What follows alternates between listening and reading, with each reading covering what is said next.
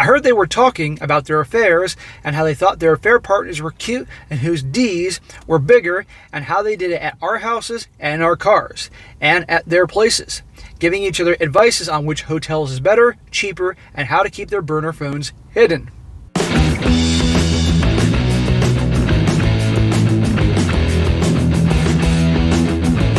Welcome back to They Did What? Your source for the internet's craziest, most entertaining stories, where I go over them, analyze them, and most certainly make fun of them.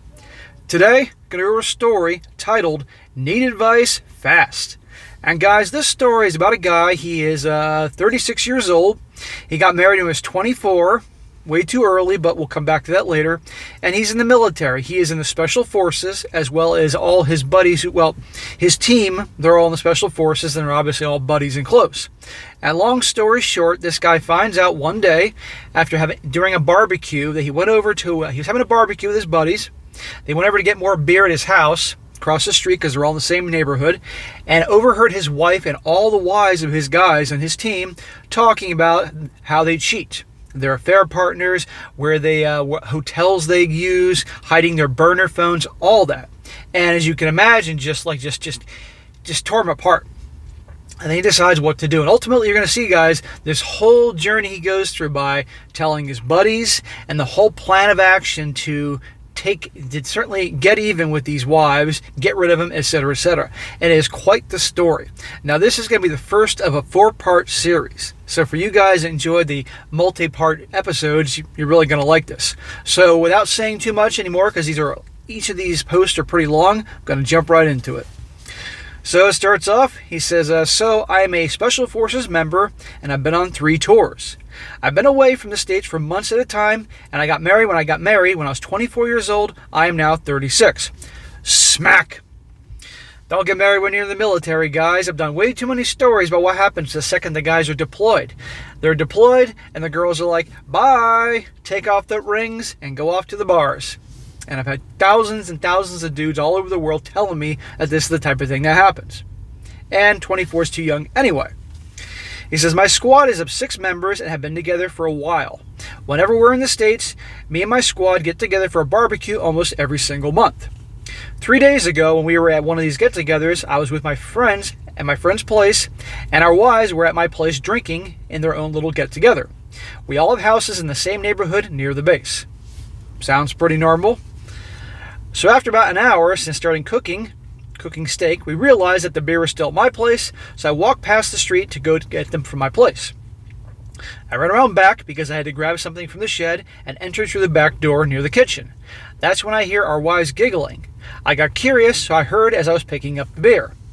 I heard they were talking about their affairs and how they thought their affair partners were cute and whose D's were way bigger, and how they did it at their houses and in our cars and at their places, giving each other advice on which hotel is better and cheaper and how to keep their burner phones hidden. When I heard all that, I almost went into shock. I was almost paralyzed. So there you go.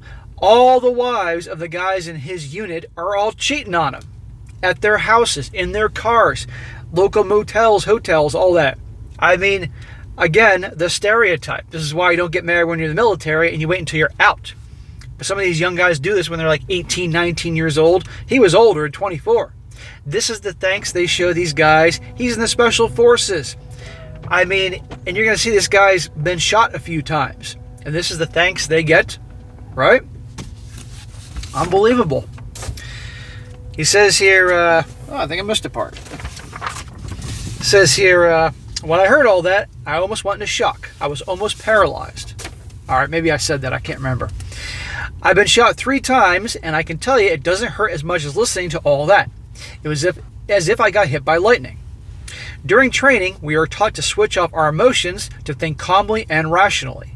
To not let emotions cloud our thinking, it's like flipping a switch. So I switched off my emotions and didn't confront them, picked up the beer, and went to my friend's place. I just stayed quiet. My friends got worried, but I didn't say anything. Well, I'd be drinking a whole lot of beer after hearing all that.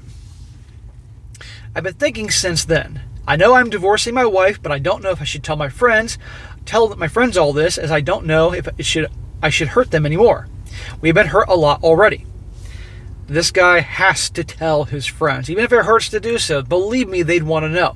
Yeah, it's going to feel like their heart's been ripped out and smashed by a freaking elephant, but they're going to want to know. I mean, think about it. This guy would want to know, right? He says here, please, someone give me some input on what I should do. Should I let them live their lives in blissful ignorance or hurt them through the truth? Many have suggested I tell them, so I will. Absolutely, he has to tell them. So that was the intro to this whole story. Now we're getting into the official part. So this is going to be update number 1. And there's going to be a total of 7 updates after this. So a lot of story time ahead, guys. Update number 1, going to work. So this is update number 1 in my story. If anyone is curious about the context of this post, please look at my previous post in my profile. Sorry for not posting for a while, but I thought I didn't want our wives to find my posts on Reddit. I didn't want to alert them that we know. But after snooping through their browser histories and bookmarks, we discovered none of them use Reddit. So here's what happened after the helpful advice I received from wonderful people of this community. I immediately contacted my CO and alerted him about what's about to happen. He just sighed and told me that he went through a similar situation and understands. Imagine that. What I tell you, this shit happens all the time. The cheating and all that stuff. He also told me that he will get us leaves to sort our lives out, and then gave me contact information for a legal firm that's absolutely best at dealing with this kind of situation. Well, I'm not in the military. My parents were in the military, and I know people in the military, and I definitely know how they certainly frown upon, put it mildly, cheating. But obviously, the servicemen doing that. And I know obviously it's tricky depending on things with divorces and what the wives get and all that. So I can imagine this is one big giant hassle to the 10th power. In my state, it's legal to record everything as long as it's with consent of the owner of the house or car, which is me. I rigged my home and car with a surveillance system to protect from any risk of a break-in or insurance fraud, but because those situations didn't happen, I never really checked those recordings, and the old ones were just being written over. Surveillance system in his house. I'm guessing the wife doesn't know about this. I replaced 4 of the 2 TB HDDs from the house and 1 2 TB HDD in my car as soon as possible to save as much evidence as I could. Next thing I did was call my buddies over to a single friend's house, locked the doors, took away their personal arms, and basically just laid it all out. I told them everything, including the recording of the meeting our wives had. The next few hours were very hard. It started with shock and disbelief. I saw battle-hardened warriors whimper and shock like a child would be on a battlefield. Then came rage, which was even harder to deal with. Me and my single buddy had to restrain them from going ballistic for a few hours. Then came despair. Then they started to tell stories about how they saw some red flags before they dismissed, always thinking that it's impossible. How they thought their marriage was great and they can't possibly happen to me. How many guys have said that before, right? You guys that watch me regularly, how many times have you heard guys reflect, not my wife, not my girl, I never thought it would happen to me, and then you know what happens. But now all dots were starting to connect. Some of the stories I heard were truly terrifying and heartbreaking. My friend with a 6-year-old son told me about how his son looks different, and his worry is that he might not actually be his biological son. That one truly hurt. Yeah, it's bad enough if she's cheating, and every time you go out and put yourself in harm's way, and then find out maybe your kid isn't yours. There is a special place in hell for these people that do these types of things. That day, all we had was each other to hang on, and we had each other's backs like always. My buddy went into his cellar and brought a case of some really good liquor that day, and we needed it. So we all got blackout drunk and passed out. Next day when we woke up, we made breakfast, took some meds for the hangover, and as soon as we got better, I saw the switch flip on all my buddies. All expressions left their faces. It's like we were out there surrounded by hostiles. We gathered and I explained my plan. How I wanted to unleash Armageddon upon those that hurt us so bad. And they all immediately agreed that this would be our best course of action. Yeah, not just scorched earth, unleashing Armageddon. And think about it, these guys are trained, like he said, to switch off the emotions and deal what they got to deal with. Otherwise, they wouldn't make it. And this is just the beginning, guys. He says, so our action plan went like this. Number 1, assume full poker face and go full undercover. Number 2, gather all data storage devices from our homes and quietly replace them. Number 3, 2 of us would sift through all the data and compile detailed analysis of my buddy's home. Number 4, snoop around for WW laptops and cell phones and install spyware on them. Number 5, get tracker data for the last year from the tracker company. Number 6, get bank statements and credit card reports. Number 7, get in touch with Base Legal and inform them about our situation and get advice on what that means for our pensions, etc. Well, I think unfortunately, even if the wives are in the wrong, the wives are going to get a hell of a lot out of these things, but it's better to be free and not with someone like that.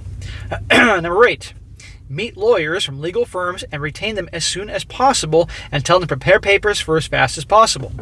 Number 9, 2 of us would find and stalk our WWs to get information about their affair partners. Number 10, research on how to go nuclear without burning ourselves. He says Reddit helps a lot. Number 11, research WW's possible reactions to all these things like gaslighting, blame shifting, excuses, etc., and compile a detailed report on their possible responses and our replies. Good one. That's one you don't hear a lot of guys talk about amongst the plan of action. Figure out every possible thing that she's going to say. Like here, the gaslighting, the blame shifting, excuses. Figure out every possible thing that she's going to say, and good luck because they'll find new things to do, and figure out exact responses for the situation. Number 12, prepare all gathered evidence into a well-detailed information bomb. Number 13, separate our finances discreetly and swiftly just before confrontation. There you go. You know darn well these guys that don't know any better probably have joint accounts where they put their paychecks in and the wife could do whatever she wants. So it's better to start moving the money around discreetly. Number 14, prepare an ambush. Number 15, unleash kaboom of doom and watch the fallout. Number 16, then go full no contact with our WWs as soon as the fallout starts. Number 17, get therapy. Thankfully the VA can cover that. And 18, meet up, get hammered to celebrate and grieve our destroyed lives. Lacey's guys have a sense of humor about this. So we set up an empty room for my friend's home and made it our FOB and went to work. We contacted the legal team and showed them all the data we had, and they told us this data is airtight and asked if we wanted a quiet and amicable divorce or scorched earth policy. We, of course, decided scorched earth policy. Hell yeah. Now, again, if they can pull it off, because I think it's different because it's military, but I could be wrong. Our houses were owned by us completely, and we were private. It was private property, and we had them since before we were married. So, other than some furniture, that wasn't the issue. Because D papers were filed under adultery charges, our retirement funds and pensions were also protected. On our lawyer's suggestion, we should talk 50% of all shared accounts and transfer them to our personal accounts before serving them papers. Very smart. And also, if we could gather evidence against their affair partners, we could sue them for alienation of affection charges. We agreed. So they gave us contact info of some of the PIs who worked for them in the past. Our lawyers are sharks, experienced sharks. My lawyer explained that she has seen this kind of thing before in military marriages, and it unfortunately runs rampant in military spouses. There you go. Once again, proving what I've been saying and what I've been hearing about. Real quick, guys, my other channel, Strong Successful Male, and if you haven't signed up for that one, you should. Countless times guys have written in there in the military, this type of stuff happened. Not the whole unit discovering this at the same time, but to them individually. I do these stories, and I get comments from thousands of dudes. No shit. Telling the same story. It happened to them, their brother, their cousin, their friend, their nephew, you name it. So, point is, you're in the military, don't get fucking married. Wait till you're out. And even, well, frankly, don't get married at all. Not in these days. She said she is heartbroken about what we are going through because she was also a victim of infidelity and has no mercy for cheaters. There you go. That's the kind of lawyer I want. I'd want a shark, and that lawyer too has been cheated on and showing no mercy. They prepare papers in a week, and they will work fast. She told me if we decide to expose our WWs completely to everyone, including their workplaces, they're likely to lose their jobs, and we will have to pay temporary alimony until they get gainful employment.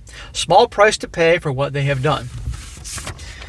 Because of a military checkpoint near our house, and due to its close proximity with the base, we put in the request for data of particular vehicles and people that were suspected of as affair partners through our CO.